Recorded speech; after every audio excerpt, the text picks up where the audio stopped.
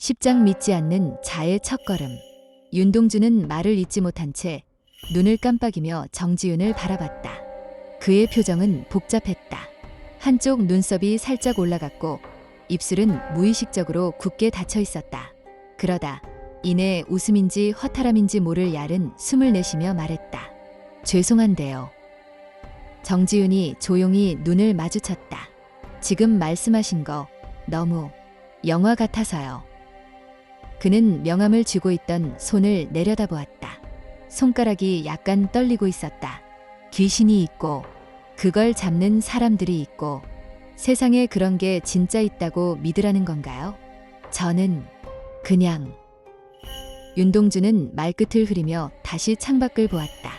길거리엔 평범한 사람들이 지나가고 바리스타는 커피를 내리고 있었다. 그 모든 풍경이 너무 현실적이어서 방금 들은 말이 오히려 비현실처럼 느껴졌다. 그냥 악몽 몇 번 꿨고 이상한 환영 좀 봤을 뿐인데요. 그게 정말 무슨 다른 세계에 발을 들였다는 말이 될 수 있나요? 그의 말투엔 조심스러움과 불신이 함께 섞여 있었다. 아니, 믿고 싶지 않다는 마음에 더 가까웠다. 정지윤은 잠시 말없이 고개를 끄덕였다. 그리고 천천히 말했다. 당연하죠. 누구나 처음엔 그렇게 말해요. 그녀의 목소리는 오히려 담담했다. 근데요, 윤동주 씨, 그 환영. 다시는 보지 않았으면 좋겠다고 생각하셨잖아요. 그 순간 윤동주의 눈빛이 흔들렸다. 정지윤은 아주 작게 하지만 명확하게 덧붙였다. 그걸 없애려면 믿는 것부터 시작하셔야 해요. 윤동주는 잠시 머뭇거리며 말했다. 그럼 돈은 얼마나 드리면 되나요? 정지윤은 그 말을 듣자마자 아주 잠깐 눈을 내리깔았다. 그리고 이내 웃지도 당황하지도 않은 표정으로 고개를 가로저었다. 여긴 그런 구조가 아니에요. 윤동주는 잠시 멈칫했다. 그럼? 백야행은 의뢰를 받아 움직이는 프리랜서 연합이에요. 누가 의뢰를 하느냐, 어떤 사건이냐에 따라 보상이 정해지죠. 그리고 아무한테나 의뢰도 받지 않습니다. 그녀는 천천히 커피잔을 들어 입을 축였다. 잔을 내려놓으며 덧붙였다. 당신은 지금 자신이 겪은 일을 사건이라 부르지도 못하고 있잖아요. 윤동주는 머리를 극적이며 작게 중얼였다. 그러니까 내가 돈을 줘도 당신들이 나서서 도와줄 수 있는 건 아니라는 거군요. 정지윤은 고개를 끄덕였다. 맞아요. 대신... 그녀는 테이블 옆에 놓인 서류 가방을 열었다. 그 안에서 종이 한 장을 꺼냈다. 이건 저희 쪽 의뢰 갤러리에 등록된 목록이에요. 백야행 내부에는 사전 검토용 프리패스라는 게 있어요. 요청자에게만 일회성으로 제공됩니다. 그럼 이걸 받으면 검토를 거쳐 해당 사건이 실제로 위험하다고 판단되면 저희가 먼저 연락을 드릴 거예요. 그때부터 윤동주 씨는 의뢰자가 되거나 요청자가 되는 겁니다. 윤동주는 그 종이를 받아들었다. 종이엔 심플한 문장만 적혀 있었다. 내가 본 것은 무엇이었는가? 나는 지금도 괜찮은가? 그날 이후로 나는 이상해졌다. 이거 설문지네요. 정지윤은 고개를 끄덕이며 말했다. 당신이 겪은 일이 진짜라면 이 종이 한 장이 시작이 될 수 있어요. 돈보다 중요한 건 당신이 얼마나 간절하냐는 겁니다. 윤동주는 종이를 천천히 내려다보았다. 그리고 생각보다 오래 말이 없었다. 그러다가 말했다. 요청자란 어떤 것을 말하는 건가요? 정지윤은 그의 말에 조용히 미소를 지었다. 요청자란 문제를 인지하고 그 해결을 공식적으로 백야행에 위임한 사람을 말해요. 그리고 저희와 뜻을 함께하는 사람이라는 거죠. 그녀는 손가락으로 테이블을 한번 툭 치며 말을 이었다. 우리가 움직이는 기준은 단순해요. 첫째, 실제하는 현상인지. 둘째, 그 현상이 인과적으로 이어지는지. 셋째, 그걸 해결하려는 의지가 있는지. 이 세 가지가 충족되면 그때부터 당신은 의뢰자가 아니라 요청자가 됩니다. 윤동주는 입술을 살짝 깨물었다. 단순히 이상한 일 겪었다고 다 도와주는 건 아니군요. 우린 이상한 이야기 수집소가 아니니까요. 정지윤은 그렇게 말한 뒤 잠깐 침묵했다가 덧붙였다. 당신이 정말로 요청자라면 그건 세상이 당신에게 말을 걸고 있다는 뜻이에요. 조용한 말 한마디가 유난히 무게감 있게 떨어졌다. 윤동주는 종이를 내려다보며 중얼거렸다. 내가 진짜 요청자가 맞을까? 난 그냥 일반적인 평범한 사람인데. 정지윤은 고개를 살짝 기울였다. 그리고는 진지한 표정으로 물었다. 그 일반인이라는 말 요즘 자주 쓰시죠? 윤동주는 멋쩍게 웃으며 대답했다. 아, 네. 그냥 무슨 능력이 있거나 그런 사람은 아니라서. 정지윤은 천천히 고개를 저었다. 그럼 불길이 치솟는 절에서 어머니를 찾으려 뛰어든 것도, 봉인이 풀렸다는 기이한 경험을 겪고도 도망치지 않고 이렇게 나를 찾아온 것도 그냥 일반인이 할 수 있는 일일까요? 그건 그냥 어쩌다 보인 게 아니라 본능적으로 반응한 거예요. 정지윤은 차분하게 말했다. 백야행은 비밀 단체예요. 시민에게 모든 진실을 설명하지도 않고 보여주지도 않죠. 하지만 요청자 중엔 당신처럼 어쩌다 보니 너무 멀리 들어온 사람들이 있어요. 그녀는 조용히 윤동주의 눈을 바라봤다. 당신이 해야 할 건 딱 하나예요. 선택하는 것. 같이 갈 건지 아니면 여기서 멈출 건지. 테이블 위에 명함 한 장이 뒤집혔다. 그 뒷면엔 손으로 적은 글씨가 있었다. 대구 3공단 폐공장 지하 백야행 대구지부 임시 출입코드 하연달. 정지윤은 다시 미소를 지었다. 혼자 가기 무서우면 거기까진 내가 데려다 줄게요. 그 다음은 당신 목이에요. 윤동주는 그 말에 오래도록 대답하지 못했다. 여기서 멈추면 어떻게 되나요? 윤동주가 정지윤을 쳐다보며 조심스레 말했다.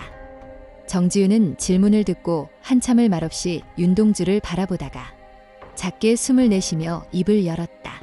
아무 일도 없는 척 살아가시겠죠. 그 말투는 따뜻했지만 어딘가 무거웠다. 일상은 그대로일 거예요. 출근하고 퇴근하고 딸이랑 밥도 먹고 가끔은 혼자 술 한 잔 마시고 그렇게 하루하루를 넘기겠죠. 윤동주의 눈이 아주 살짝 흔들렸다. 정지윤은 시선을 내려 찻잔을 굴리듯 돌리며 말을 이었다. 그런데요, 그날 밤에 들은 목소리는 계속 머릿속에 남을 거예요. 불 속에서 본 형상도 마찬가지고, 처음엔 꿈일 거라고 착각이라고 넘기실 수도 있겠지만 그게 맞다면 지금도 그 존재는 깨어나고 있을 겁니다. 그녀는 잠시 침묵했다가 단호하게 말했다. 그리고 언젠가는 당신이 원하든 원하지 않든 그 존재가 당신을 찾아올 거예요. 그땐 지금처럼 선택지가 없을 수도 있어요. 윤동주는 입술을 다물었다. 그 말이 진짜든 헛소리든 이상하게 가슴 한구석이 싸해졌다. 정지윤은 마지막으로 덧붙였다. 멈춘다는 건 그냥 돌아가는 게 아니에요. 모른 척하며 계속해서 당하는 쪽으로 남는다는 뜻이에요. 그럼 그냥 귀신 퇴치만 해주시면 안 될까요? 윤동주가 간절한 표정으로 정지윤을 바라보며 말했다. 정지윤은 그 말을 듣자 잠시 눈썹을 찌푸렸다. 그리고는 조용히 하지만 분명한 어조로 말했다. 그렇게 해드릴 수 있었으면 여기에 안 계셨겠죠. 윤동주가 입을 다물고 시선을 피하자 정지윤은 찻잔을 내려놓고 상체를 살짝 숙이며 말을 이었다. 귀신이든 악기든 당신한테 붙은 게 아니라 당신을 선택한 거예요. 그건 그냥 떼어내는 걸로는 끝나지 않아요. 예, 그런가요? 당신이 뭔가를 받고 뭔가를 들었잖아요. 그건 일종의 계약이자 접속이에요. 이미 일은 시작됐고 당신은 중심선에 발을 걸쳤어요. 그녀는 살짝 숨을 고르며 말을 낮췄다.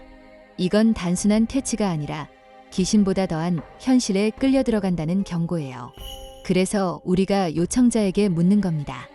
당신이 정말 이 일을 감당할 생각이 있는지. 그 말에 윤동주는 한참을 말이 없었다. 밖에서는 봄비가 조용히 유리창을 두드리고 있었다. 그리고 그 침묵 속에서 그냥 해주세요라는 말은 더 이상 입 밖으로 꺼낼 수 없었다. 내 나이 50인데 가능한가요? 윤동주가 모두 포기한 듯 말했다. 정지윤은 윤동주의 말을 들은 뒤 살짝 웃었다. 진심 어린 웃음이었다.